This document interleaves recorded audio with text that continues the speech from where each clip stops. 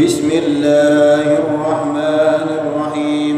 Allahumma rzuqna fahman nabiyyin wa hifdzal mursalin wa ilhamal malaikatil muqarrabin.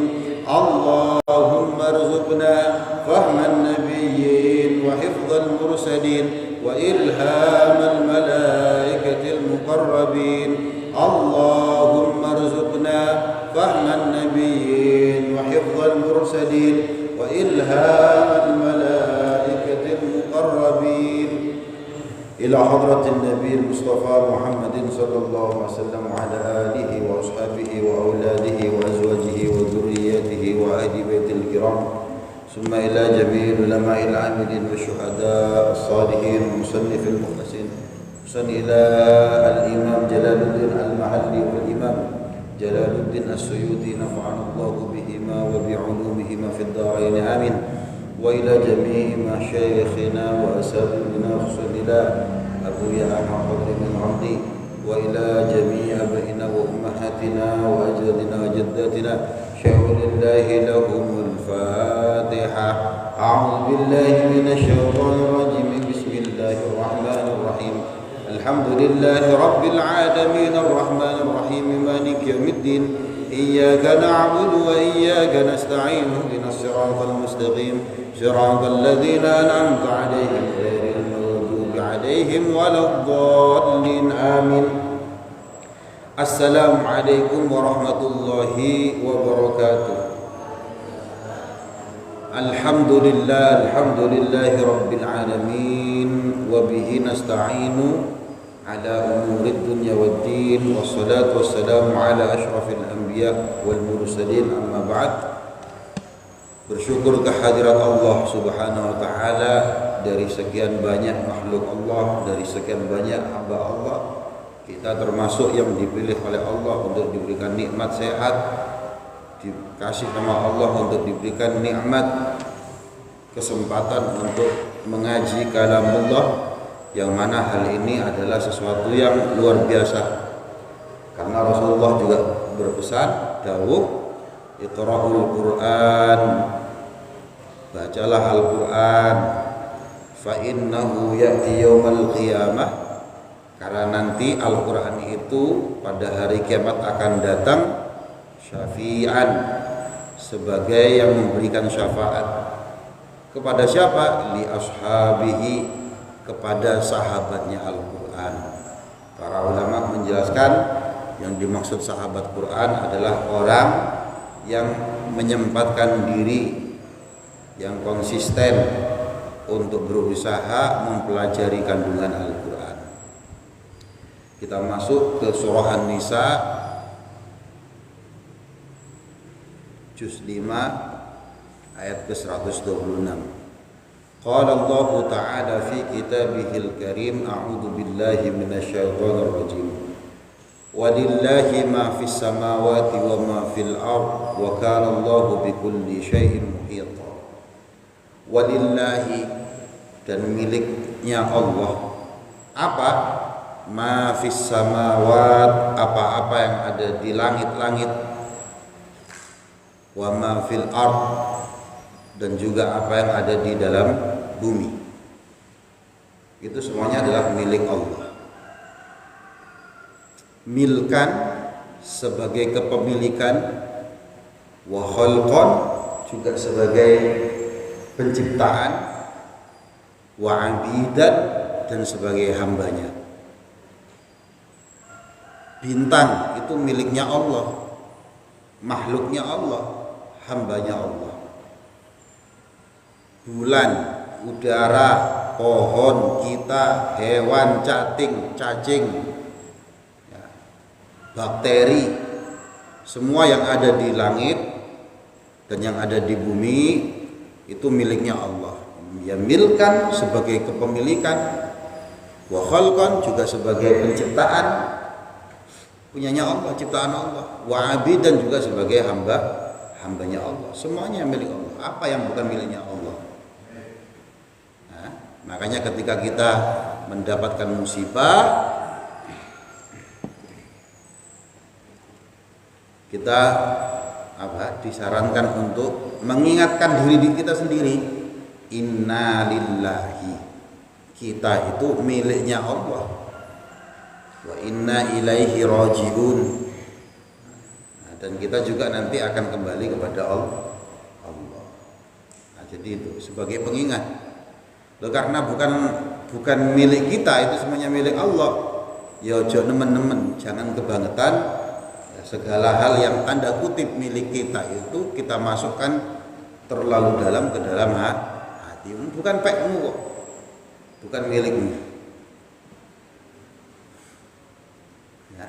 Makanya kemarin ketika parenting class itu kelas untuk orang tua.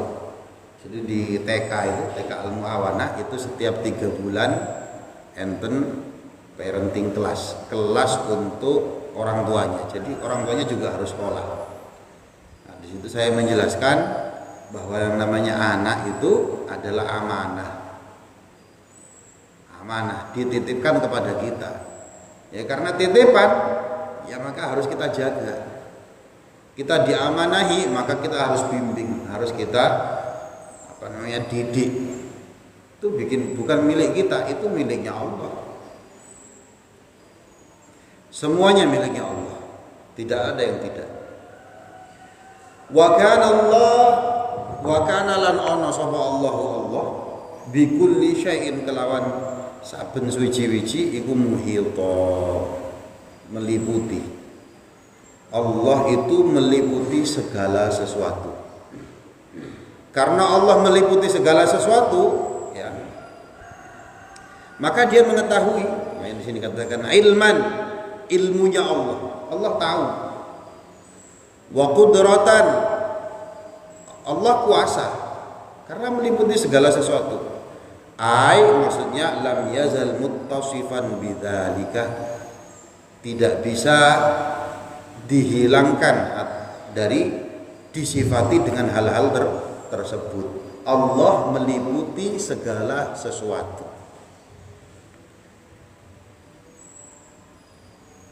Kejadian yang terjadi 1 juta tahun yang lalu, setiap detailnya Allah itu tahu. Kenapa? Karena Allah meliputinya. Allah meliputi segala sesuatu. 1000 tahun yang akan datang Allah tahu. Dan Allah kuasa terhadap apa yang akan terjadi. Karena Allah meliputi segala sesuatu. Saat ini, ya, di dalam lautan yang paling dalam, ya, masih mentok ada pasirnya, di dalamnya lagi masih 10 km lagi, di dalamnya situ ada bakteri. Allah tahu apa yang terjadi dengan bakteri tersebut. Bahkan yang ngurus rezekinya bakteri tersebut itu Allah. Karena Allah itu mengetahui segala sesuatu, meliputi segala sesuatu, itu Allah. Tidak ada yang terlepas dari pengetahuannya Allah. Allah kuasa terhadap segala sesuatu. Ya, makanya kaitannya dengan pengajian tadi malam, ya, habis maghrib nih, oke? Apa? Asasul ma'rifah al-mahabbah. Mahabbah itu adalah dasar dari ma'rifat. Ma'rifat itu apa? Idraku sifatillahi ta'ala, gitu dikatakan gitu ya. Yang dimaksud ma'rifat itu adalah kenal tahu dengan sifat-sifatnya Allah. Di antara sifatnya Allah ya alim ini. Kemudian qadir, kudrat, ini kudrat. Allah itu kuasa terhadap segala sesuatu.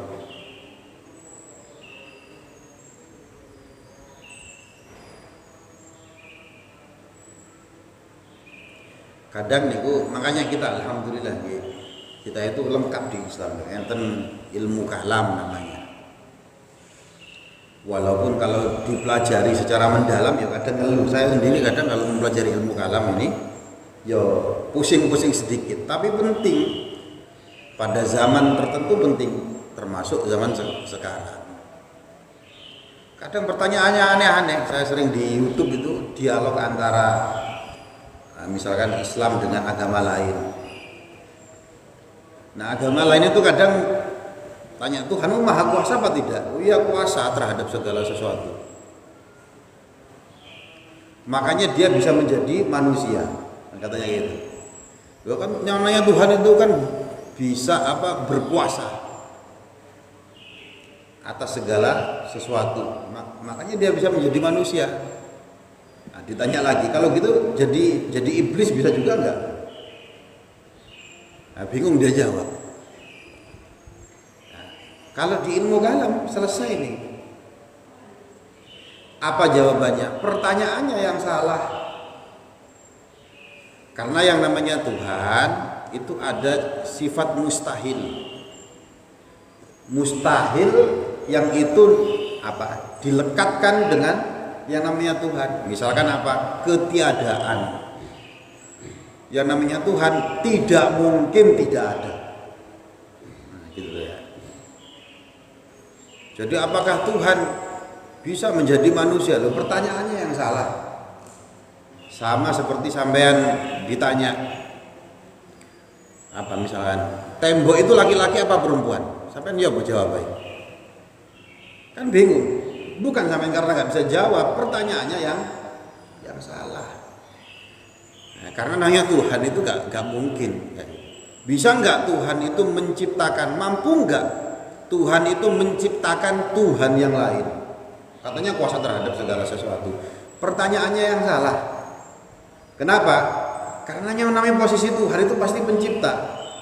Begitu dia menciptakan sesuatu, berarti yang diciptakan itu nggak mungkin dia sebagai pencipta. Pasti yang diciptakan namanya makhluk.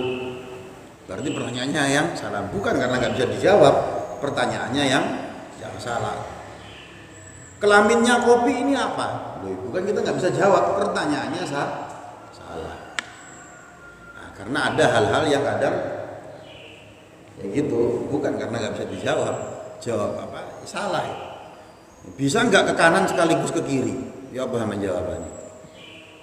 Nah, gitu gitu. Jadi Allah itu kuasa terhadap segala sesuatu. Itu memang sifat wajib bagi Allah.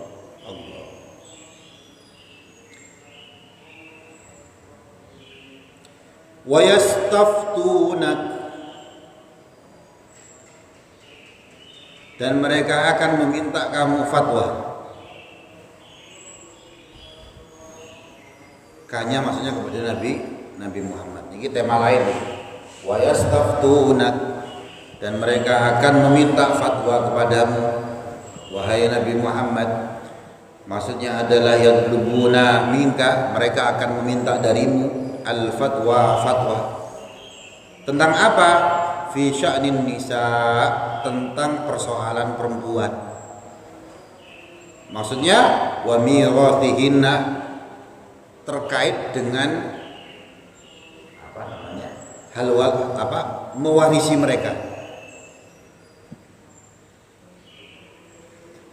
Jadi kenapa dulu kok mereka meminta fatwa ini? Karena Al-Quran ini, agama Islam ini membawa hukum yang berbeda jauh dengan apa yang terjadi pada kebiasaan zaman dahulu tentang terkait dengan perempuan. Ini sudah kita bahas ketika awal-awal surah An-Nisa ya. Surah An-Nisa di awal-awal sampai ayat 36 kalau saya tidak salah. Dari awal-awal sampai ke 36. Karena dulu itu orang kalau sudah meninggal dunia kok meninggalkan perempuan, entah itu istrinya, entah itu anaknya, maka walinya ini seolah-olah menguasai segala sesuatu. Kalau misalkan bahkan ada kejadian apa, seorang laki-laki meninggal dunia, meninggalkan istrinya, dia punya anak dari istri yang lain, itu istrinya bisa dinikahi itu. Karena merasa oh ini waliku kok, jadi dia menikahi ibu tirinya. Kalau sudah dinikahi, semua hartamu itu milikku. Nah, hal ini akhirnya bikin geger pada zaman dahulu ini.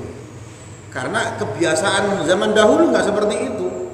Pokoknya kalau soal perempuan begitu yang menguasai yaitu suaminya atau bapaknya meninggal dunia, ya, maka kekuasaannya itu penuh dikuasai oleh walinya. Nah, hak warisnya nggak ada, ya, punyanya yang menguasai itu walinya niku. Nah, kok Al-Quran turun membawa hukum lain, maka bikin geger. Maka kemudian wayastaftunak, mereka akan meminta engkau fatwa wahai Nabi Muhammad fin nisa'i, tentang persoalan apa? Mewarisi perempuan ini. Qul, maka katakan lahum kepada mereka, Allahu yuftikum, Allah memberikan fatwa kepada kalian. Fihinna, terkait dengan perempuan itu. Wa ma yutla alaikum fil kitabi, dan apa yang dibacakan kepadamu di dalam kitab Al-Quran, maksudnya Al-Quran, min ayatil miras, ya, dari ayat-ayat tentang waris. Wa yuftikum, Allah juga memberikan fatwa kepada kalian. Aidon halimalik, juga wa yuftikum aidon, Allah juga memberikan fatwa kepada kalian tentang apa? Fi yataman nisa, tentang apa? Anak yatim perempuan. Allati la tu'tunahunna, yang mana mereka tidak kamu berikan kepada mereka ma kutiba, apa-apa yang wajib, furido, yang wajib, yang fardu, lahunna, bagi mereka. Ya, begitu meninggal dunia mereka harusnya mendapatkan waris, tapi ya, warisannya ini tidak diberikan kepada mereka, terkait dengan anak-anak yatim yang perempuan itu.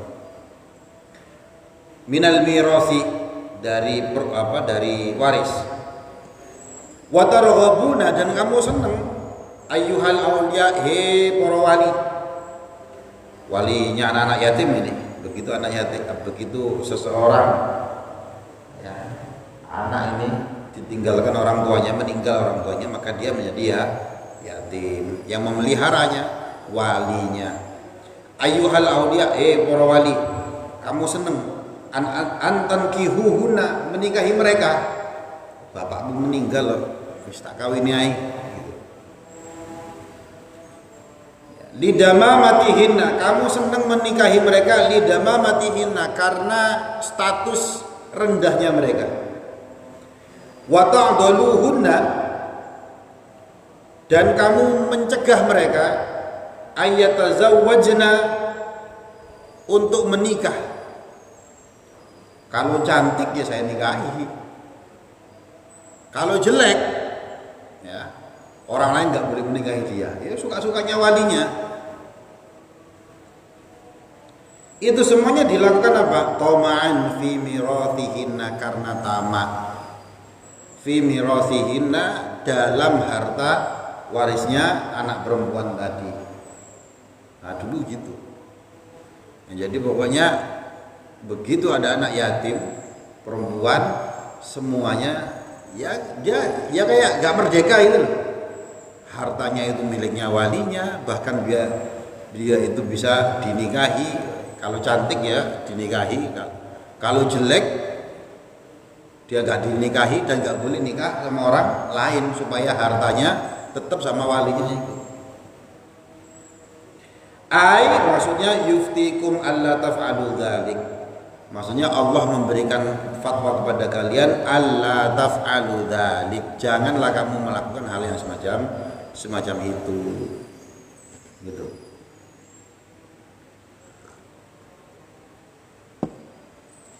Kemudian Allah memberikan fatwa apa lagi?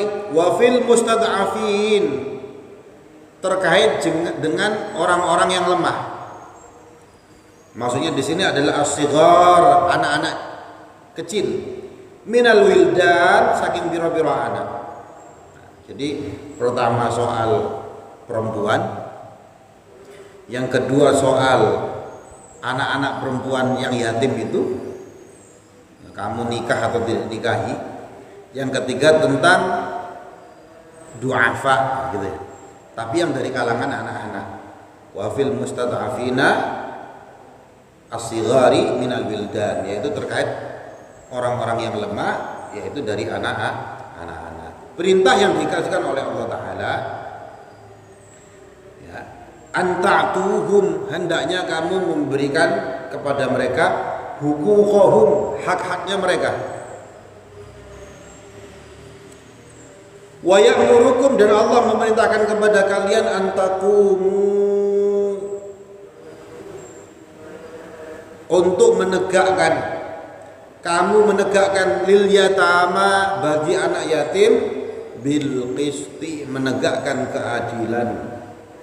Maksudnya adalah bil adli, yaitu dengan adil, fil mirasi, terkait dengan hal waris, wal mahri, juga terkait dengan mahar. Dan ini banyak terjadi.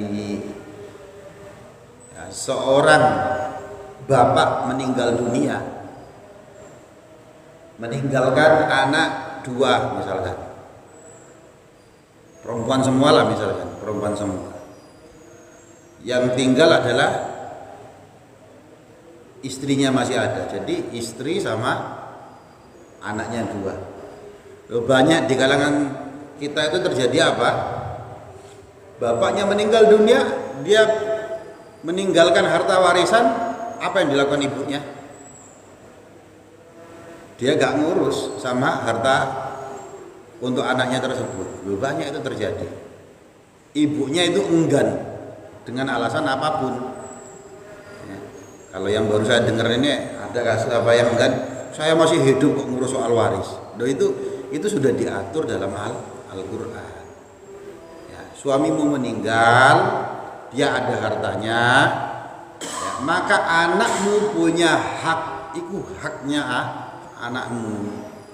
Apalagi nanti ya istrinya ini nikah sama orang lain, nah, nanti makin susah nanti. Dia begitu menikah sama laki-laki lain,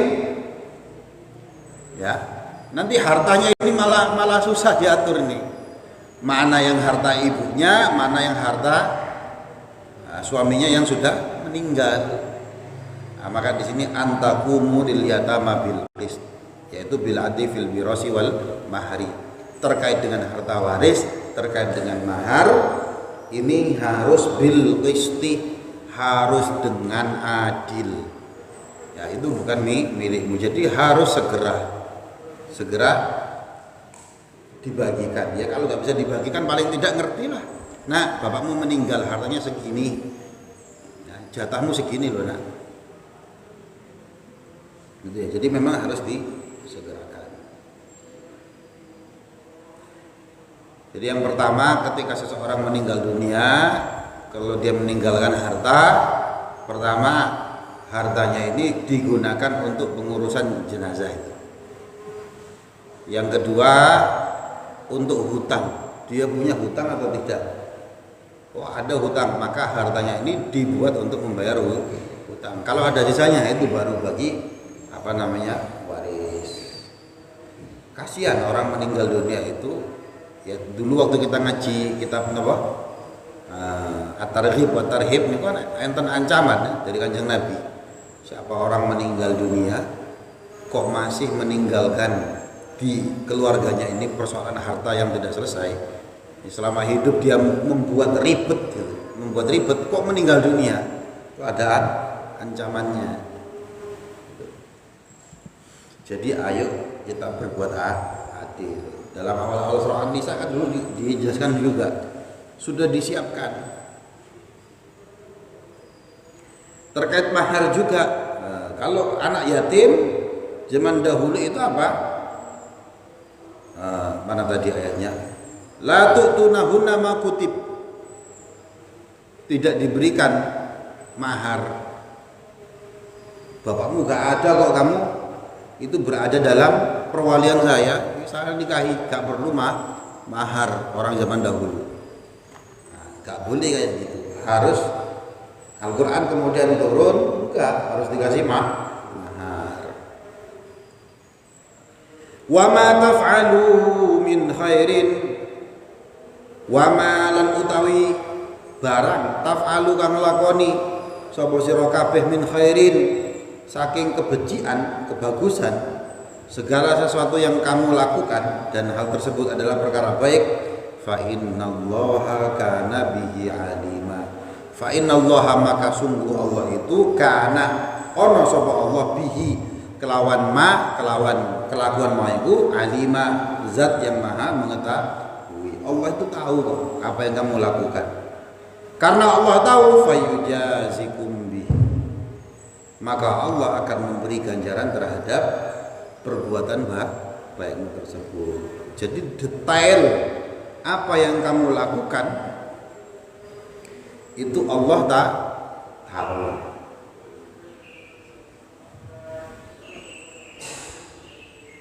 Nah, ini kayak tadi saya sholat subuh nih Pak. Ini namanya sholat itu kan memang susah khusyuk. Ini kejadian saya tadi sholat ya. Terlintas sesuatu, tapi saya lupa terlintas apa. Terlintas sesuatu. Begitu terlintas seret, saya langsung ingat tuh apa yang terbersit di hati itu loh Allah tahu. Jadi Allah itu yang terbersit di hati kita itu tahu. Bahkan saya saja lupa tadi saya apa terbersit apa ya. Itu saya. Kalau Allah gak bakal lupa yang terbersit tadi itu Jadi terhadap segala sesuatu yang kita lakukan itu Allah tahu. Kalau dihubungkan dengan ayat tadi bikulli syai' muhit, Allah itu meliputi segala sesuatu yang terlintas di hati kita. Allah tahu semuanya. Bismillahirrahmanirrahim. Masuk ayat ke berikutnya. Wa in imra'atun khafat min ba'liha, wa in, dan apabila imra'atun seorang perempuan marfu'un bi fi'lin dibaca rafa, baca marfu' bi fi'lin karena fi'il, yufassiru yang menafsirkannya khafat, perempuan tersebut khawatir, tawaqqa'at terjadi, min ba'liha dari pasangannya perempuan tadi, zaujiha maksudnya suaminya. Apabila seorang perempuan itu khawatir terjadi pada suaminya apa?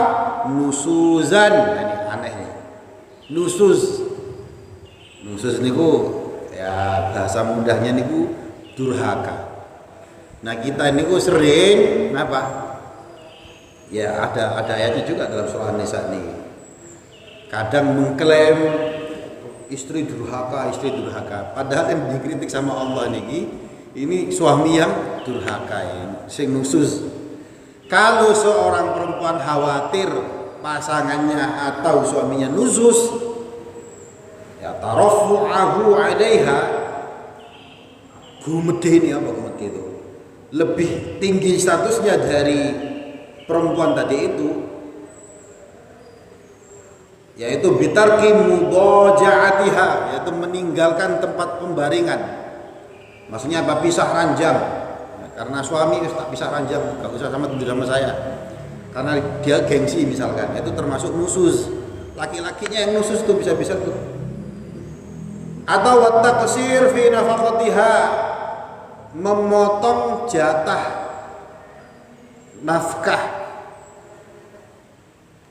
nafkahnya disedikitkan. Oh, itu suaminya yang nusus berarti.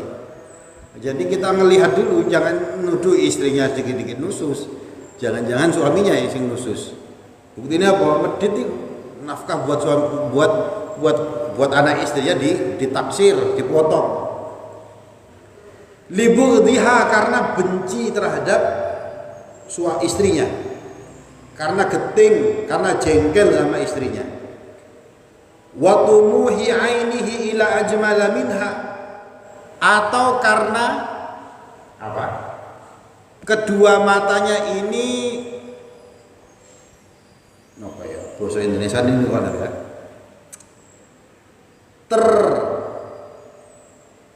Terpesona gitulah.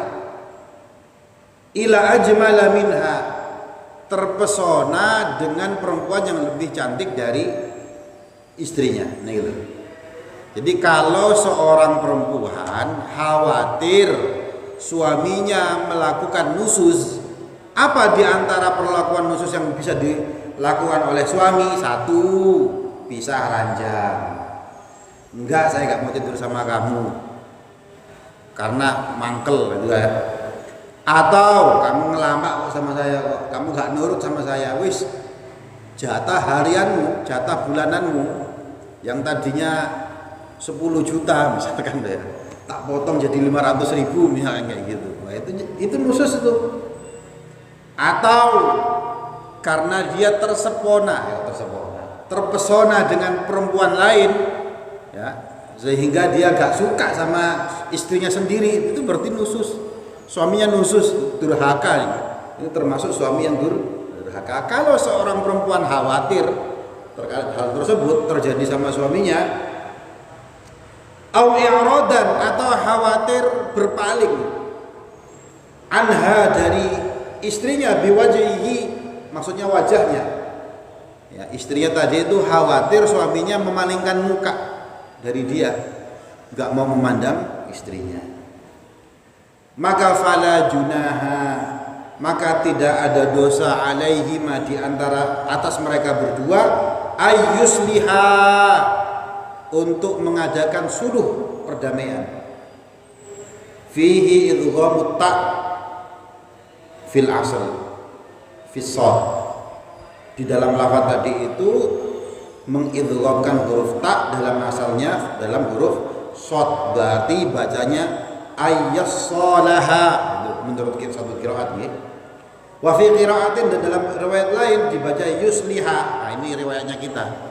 Kalau kita Imam Hafiz An-Asim dibaca yusliha min aslaha, dari kata aslaha yuslihu, berarti alaihima ay yusliha, maka tidak ada dosa di atas kalian berdua suami istri ini ay yusliha, untuk mengadakan islah, damai, ayo rembukan,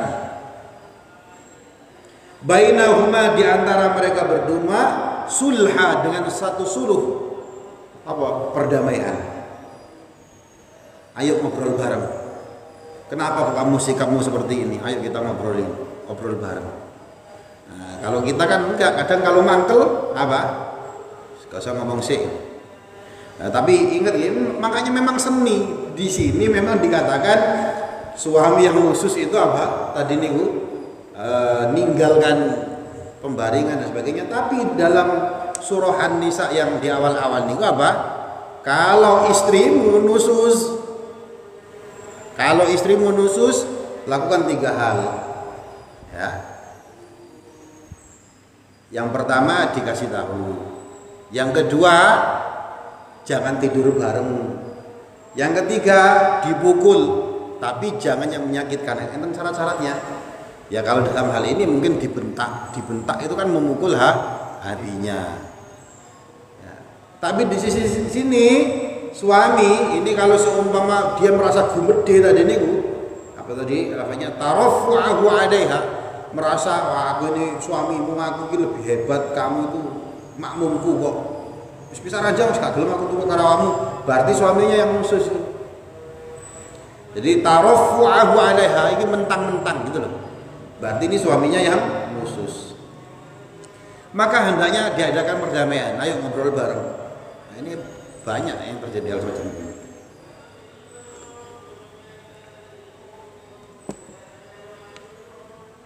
Ya. Kalau kadang tidak menemukan titik temu, deep talking. Nah, kalau saya kan banyak Pak orang-orang yang curhat kayak gini itu Pak, akeh. Teman-teman dosen saya itu ya banyak.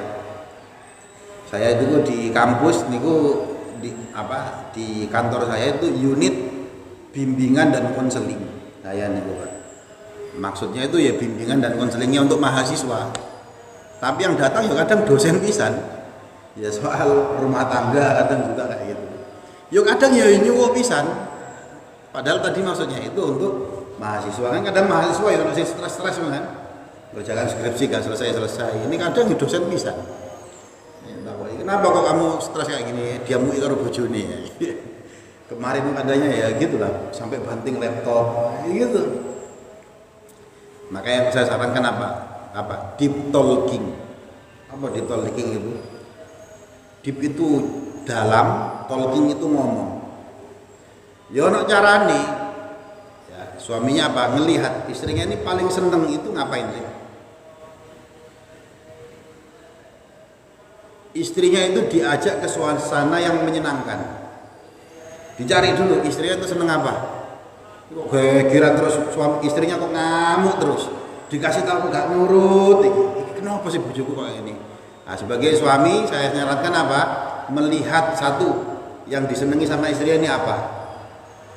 Oh jalan-jalan, ajak jalan-jalan. Begitu dia ajak jalan-jalan, berarti kan dia seneng nih. Kalau sudah seneng sampai ngomong opo ae, istrinya akan nggih gitu. Karena itu apa? Itu ada dalam surah Luqman.